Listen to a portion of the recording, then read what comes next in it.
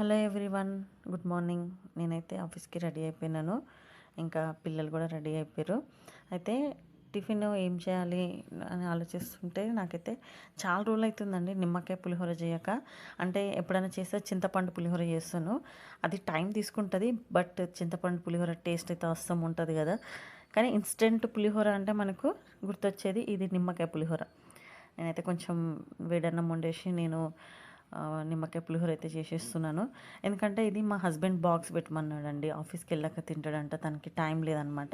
కొంచెం ఫాస్ట్గా అయ్యేది ఏదైనా చేయంటే సర్లే, ఇక పిల్లలు కూడా ఇష్టంగా తింటారు కదా అని చెప్పి నేను త్వరగా అవుతుంది కూడా, నాకు కూడా టైం అవుతుంది కాబట్టి నేనైతే పులిహోర చేసేసినాను. మా హస్బెండ్కి అయితే బాక్స్ అయితే పెట్టేస్తున్నాను. ఫస్ట్ ఆయనను పంపించేద్దాము, లేట్ అవుతుందని మొత్తుకుంటున్నాడు.